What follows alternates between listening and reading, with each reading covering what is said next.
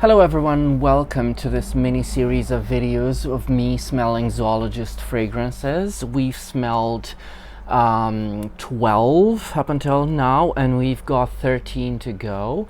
In today's video we will be smelling Snowy Owl, then Squid, Tyrannosaurus Rex, ooh I know this one. Now we have Macaque and Seahorse. We'll be smelling 5 this video just because there were 5 left in this batch that I opened yesterday.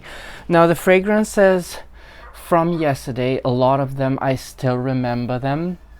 I loved a lot of them, and I tried on the skin. I tried Nightingale because this was one of my, I think it was my favorite, and Dodo. Now unfortunately, in just, I mean, a little over 5 hours, they sort of transformed into a musky mess, where on my skin I couldn't actually detect anything else rather than an animalic jumble of muted tones, which I guess we'll talk about this when we when at the end of the discovery set I will try to do a recap and we'll try to talk about all of these aspects, but I can say I'm quite disappointed, especially for Nightingale, because that one turned into quite nothing quite fast.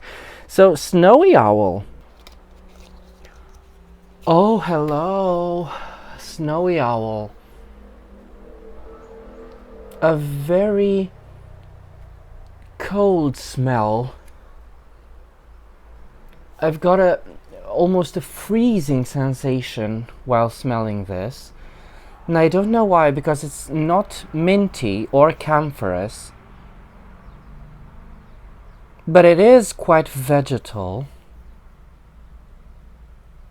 Oh, it's very interesting. I couldn't possibly tell you why. This is always a good thing. I mean, whenever my nose is tricked into not being able to detect anything, but I can say is it a milky fragrance, Snowy Owl? Maybe the milk, because it's definitely lactonic. So maybe the milk helps with the sensation or the impression of the color white. It's milky and herbal.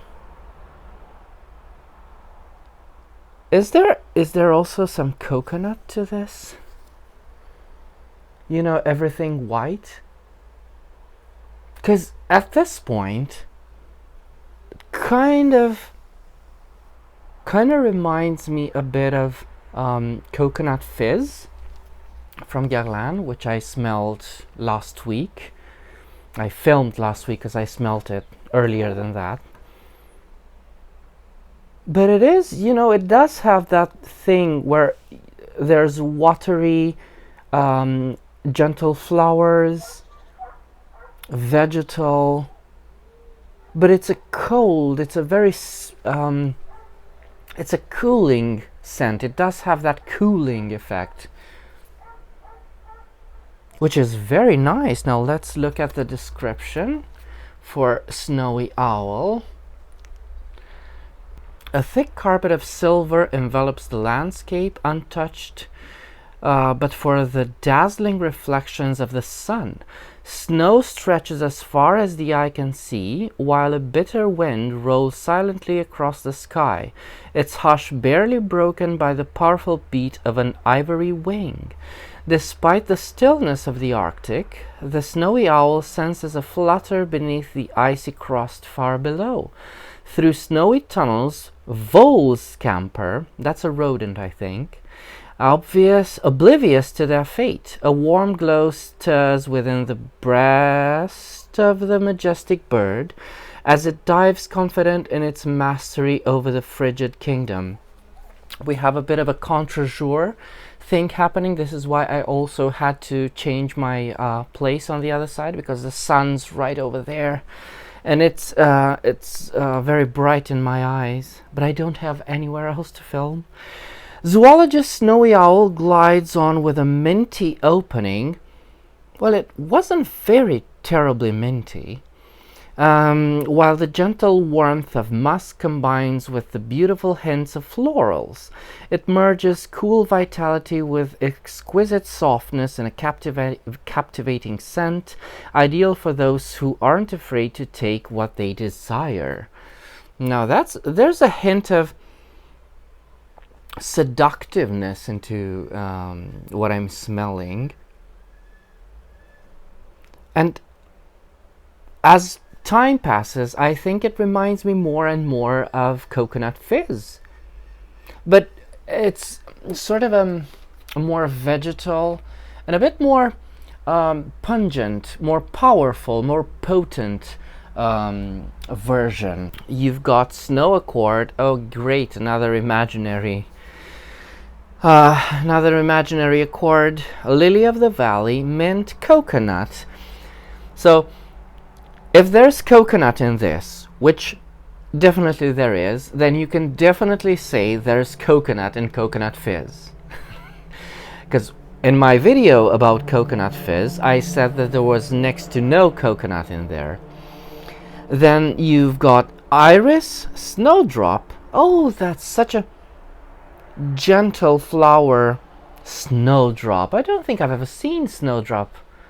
I've never smelled snowdrop in a fragrance before, but definitely there's a hint of iris in there, because it's woody. It's woody and quite buttery. White rose, mate, frankincense, galbanum. So that's where the greens comes from, the greenery. Ambrette, cedar, civet, musks, oak moss, tonka, and vanilla. So dare I say, quite a Guerlain base there. I like it. I think this Snowy Owl is a recent launch. I think it launched in 2021, I do believe, and it is that milky, musky trend. It is in that milky, musky trend of fragrances that I think started in 2020, 2021. And also, I don't believe I have Cow here, because that's a more recent launch. But Cow is also of that milky trend, and it is a beautiful fragrance, Cow. So this is very interesting. There are some bitter aspects to this. There's some woody, bitter, vegetal, almost in the realm of Artemisia. Might be vetiver in this combination, because vetiver also turns a bit bitter in this type of combination. Is there vetiver in this? I don't think so. But there's definitely something very grassy, sort of like dry grasses. I will definitely try you on later today, because you are amazing, Mr. or Mrs. Owl. Now we've got Squid. Oh, let me tell you the perfumer for this. This is Dawn Spencer Hurwitz for Snowy Owl, and for Squid we've got Céline Barrel, I should say. And Squid is also a winner for the Fragrance Foundation in 2020. I did not know that, but look at Mr. Squid there, all regal, all kingly. All right, let's smell Squid. A lot of good fragrances today on this list, I presume. I'm expecting something inky and of the sea, and I am quite fond of marine scents, salty, oceanic, inky scents. Oh, and there it is. It is quite that. Oh no, it's beautiful. So many beautiful scents, and it is exactly that. It's inky and oceanic and very salty. And it reminds me, it reminds me, well, of course it does. It reminds me of an inkier version of Acqua di Sale, because it is so salty.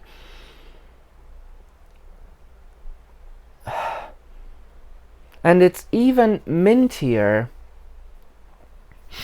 and even because my nose is I think I smelt it too up close and too early.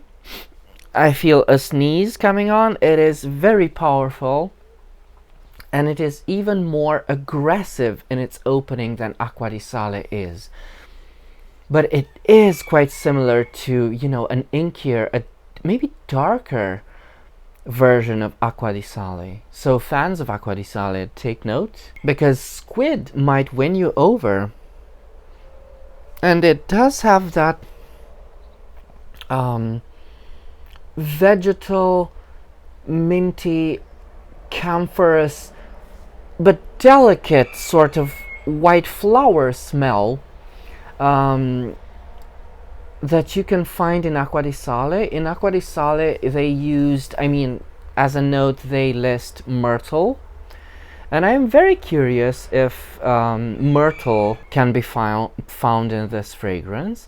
And if not, how else we could, you know, create this impression, because it's a very interesting use of vegetal notes to sort of recompose the smell of algae, because this is what I presume the intention was. The vast ocean swells and contracts, caught in the relentless tug of the moon. Beneath the surface, a school of squids emerge. A school of squid, actually. Is it the same? Is it a school for squid? For squid as a group? Strange, elastic forms propel from the deep in a frantic search for sustenance. They are not alone. Their predators lunge, only to be foiled by blinding jets of murky ink. The hunt ends abruptly as a monolith materializes, greedily engulfing all in its path. The massive sperm whale dives, leaving a temporary pace bobbing in its wake. Decades on, relics of this battle resurface. Lumps of ambergris, expelled by the whale and polished by the salty currents, wash ashore. Zoologist Squid sings a song of the sea, a melancholy tale told through tangy brine, crisp incense, a sweet cloudy ink, all united by the moody aroma of ambergris. Now, I wanted to mention ambergris just because it is, you know, a perfume ingredient that is of the ocean, but I couldn't detect anything resembling ambergris in this. But maybe it's something that will develop later on. So definitely I'll be trying this on the skin as well. Now let's look on the notes. Pink pepper, solar salicylate, incense, black ink accord, salty accord. Well, that's not helping. A papanax, ambergris, benzoin, and musk. Well, there's absolutely nothing that might help me with, you know, probing this fragrance, what it might contain or not. But hopefully it gave you an impression of the of how this fragrance smells. But I can tell you this is a darker, maybe a bit more I don't want to say wearable, because Acqua di Sale is quite wearable, but it's a bit not as violent as Acqua di Sale tends to be in its open. And I know I contradict myself because I just said the total opposite thing when I first smelled this, but it kind of mellows down this fragrance into a more sort of soothing aquatic scent a lot faster than Acqua di Sale ever does. And it does appear to be more complex than Acqua di Sale. Acqua di Sale is a lot simpler. So a charming fragrance, Squid. I will have to explore it later. Now let's smell, oh god, Tyrannosaurus Rex. This has to be one of the most interesting leathers I've ever smelled. I've also learned that a lot of the fragrances, including some of the fragrances I've smelled in the previous videos, have been reformulated. For instance, Dodo and Rhinoceros, probably all of them, if not most of them, have been reformulated, and they have been changed quite a lot. So I don't know if I don't remember the originals, unfortunately, if I've smelled them or not, so I wouldn't be able to tell you of the differences. So maybe this Tyrannosaurus Rex has also been changed. I wouldn't know. Oh, the inside is just wonderful, as they all are. I like this, the way these samples are presented. I mean, they're good samples in terms of quantity and quality of the presentation. I feel like I'm truly being immersed into the idea of the brand, and I like this. Okay, so T-Rex, that's almost boozy green accord, accompanying this very, very animalic leather. It is quite similar to the way Rhinoceros kind of starts, in the sense that it is as animalic and as it has those fecal elements to it. It's barnyardy, definitely. And it's a lot smokier. Mr. T-Rex, have you been have you been creating some chaos? Have you been, you know, setting things aflame? It's very smoky and it's tarry and it's dark, and that leather is, it still remains, even I guess after reformulation, because it is quite similar to what I smelled some years ago. It's one of the most potent and unapologetically leather, dry, bitter that I've ever smelled. And it is that harsh, industrial, I don't know how to say this, unrefined, blocky, raspy kind of leather.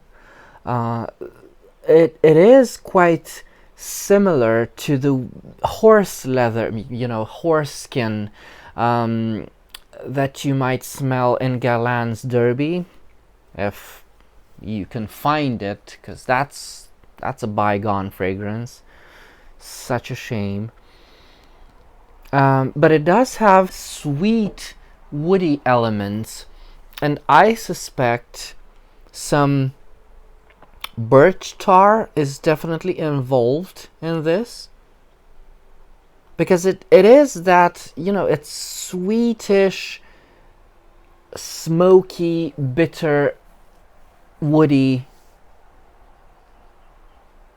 and it has that leaf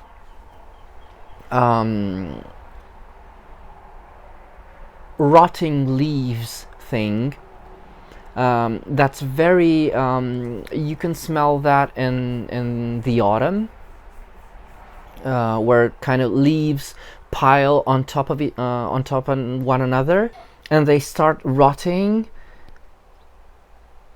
And it is very similar in this stage to Hiram Green's hide. I think I might have mentioned this when speaking of another fragrance. I wonder if it's rhinoceros. I'll have to check. But it is quite similar to the way that fragrance is done. And there's something, because it's sweetish, there's something almost caramelized. Resinousy, caramelized, maybe benzoin, maybe. And it does remind me a bit of Annick Manardo's patchouli smell for Le Labo. Very interesting fragrance, but I knew this already. I knew I was going to like T-Rex. Now let's read about T-Rex. A sultry heat wafts across the land, lapped up greedily by the abundant flora that thrives in its midst. Trees soar to majestic heights, and plants flower for the first time, their petals spreading to give birth to a world rich in diversity. The Cretaceous period comes of age, against a backdrop scorched by wildfire and lightning strikes. So you have been wreaking some havoc, Mr. T-Rex. So yes, it's quite a vivid thing where I smelled something burning or after being burned, but still smoking. That's an extraordinary effect. Over this turbulent landscape, a massive predator looms, so quite, almost post-apocalyptic. Giants rule the earth, but even giants can be cut down within the powerful jaws of the fearsome Tyrannosaurus. Standing tall, the terrifying beast fears nothing until the pivotal moment when a fire in the sky signals the end of their deadly reign. Aww. I will say this though, where are the T-Rex's feathers? I need my T-Rex, my dinosaurs to have feathers. Take note. Bergamot, black pepper, laurel leaf. Interesting. It does have an aromatic sense to this, but I'm so terrible at distinguishing aromatics. I think I'm as terrible as distinguishing aromatic as I am to distinguishing fruity smells. Neroli, fir, nutmeg, champaka. This is a flower. I think it's a type of magnolia. Champaka. Might be wrong. Geranium, rose, jasmine, osmanthus, ylang. Oh, so you're so floral, Mr. T-Rex. Okay, resins, cade, cedar, civet, incense, leather, patchouli, definitely, vanilla and sandalwood. Okay. Okay, so quite a hefty leather we've got here. Did they even mention leather? I don't think they did. Oh yes, they did. But it's quite a hefty leather, because the leather is center stage in this fragrance, and all of the other aspects are kind of, helping create this image and this landscape. But it does have this, roar to it. It's a roaring fragrance. I like it quite a lot. Now, we've got two more for this video. The next one will be Macaque. It does remind me, Macaque reminds me of the opening from Panda, which I guess it makes sense. Look at Mr. Macaque there in his kimono. So Macaque is woody, incensey, balanced, calm, spicy, vegetal,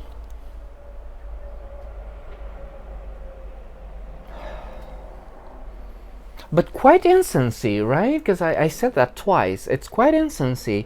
I think it's vegetal, almost peppery incensey, and it's very, very clean, clean and happy and joyous.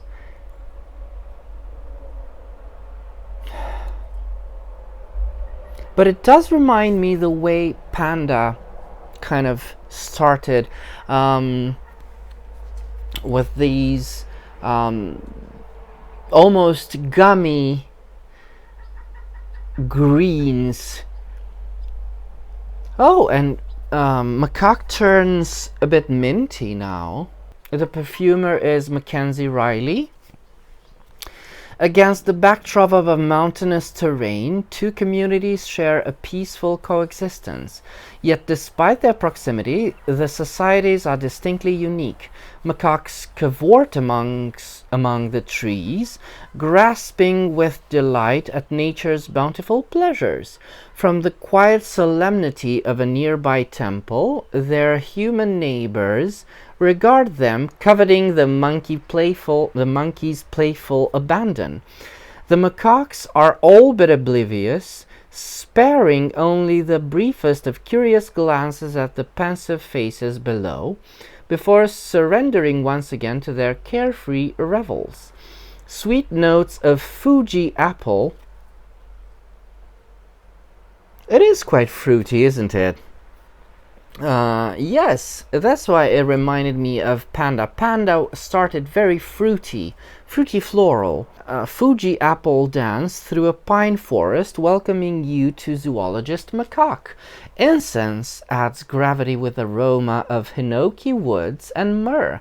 The delicate balance between heavy and light results in an austere woody scent with mild hints of creamy sandalwood. So I didn't get the sandalwood, but I'm happy I got the incense aspects of this. It does have sort of all the elements, all the exotic elements, to kind of put me into that mood, into that scenery. So the notes are Fuji apple, juniper berry, olibanum oil, myrrh, hinoki wood, hydrocarbon. Alright, resin, New Caledonia sandalwood, oak moss absolute, olibanum hyper absolute. So a lot of olibanum in this. And it is where the minty camphorous aspect comes from.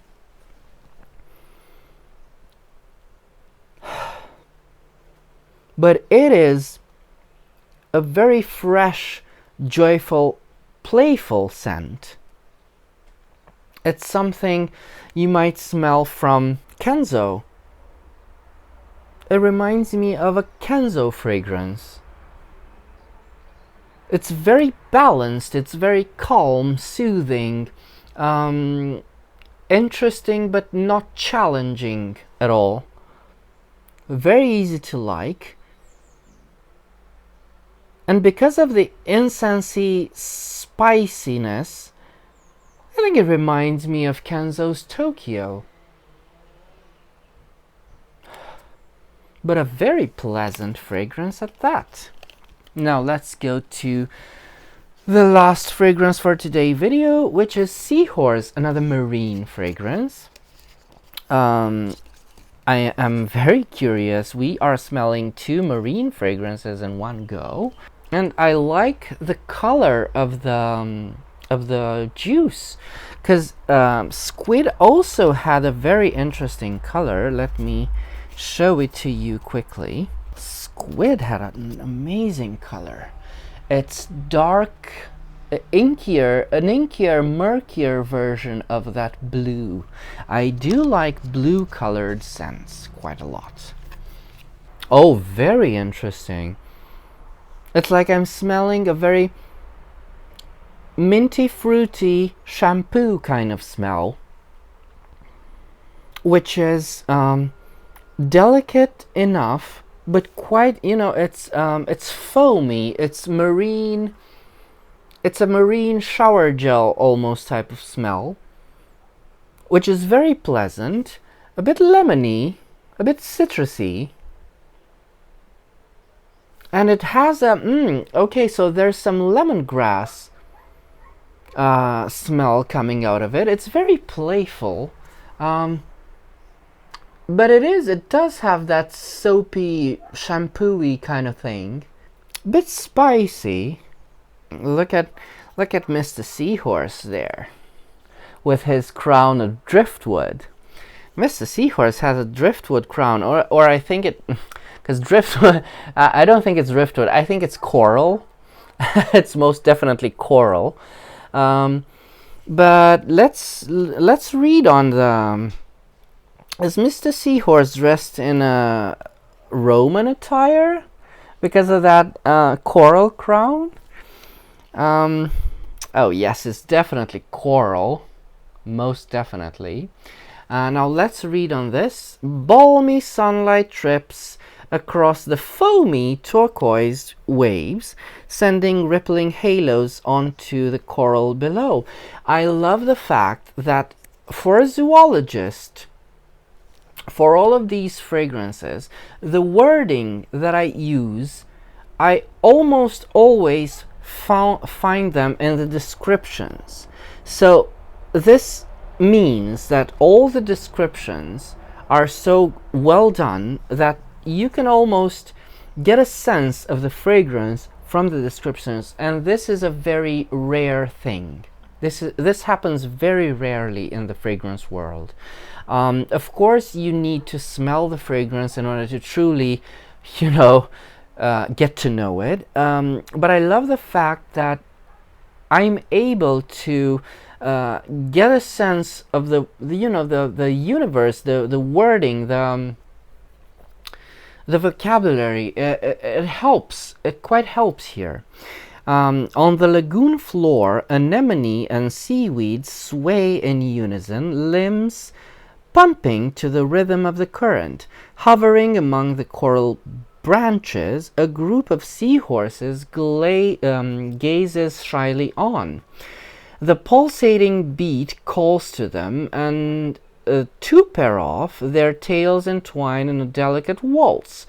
Soon their passion is spent, but the memory of the dance lives on, for the pouch of the male seahorse tenderly cradles a precious clutch of eggs. And I think this is the most interesting thing there is to be said about seahorses, that it's the males that kind of carry the eggs to term.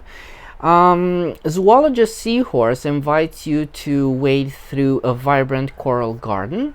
This unisex scent turns expectation on its head with such surprising couplets as tuberose and seaweed. I did say it's quite minty. Sage and neroli, and I was suspecting neroli because it was quite citrusy, and fennel and vetiver. This delightful melody will sweep you away on a wave of joy and abandon. The notes are cardamom, fennel, ambrette absolute, clary sage, tuberose, neroli, algae absolute, vetiver, and ambergris accord. I think it's because of that ambergris accord where things kind of turn into this shower gel / shampoo kind of scent. So expect that. But it is quite, you know, it's an interesting scent. And now that I know that tuberose is involved, I believe tuberose to be quite present in this. It's that minty, white floral, because it does have hints of, so it's tuberose / orange blossom in a scent that's mostly about a sea-inspired shower gel. So I think that's it about this fragrance, really. Nothing quite challenging here. It's quite a pleasant scent. It's, you know, pleasant to wear, pleasant to explore. But yeah, I will definitely have to know more. It was done by Julien Rasquinet, this fragrance. Okay, so this concludes the fourth video in this mini-series about zoologist fragrances. Very lovely fragrances I smelled today. If you have any other questions, do let me know in the comments. And I guess we'll see you in part 5 of this fragrance discovery set journey thing.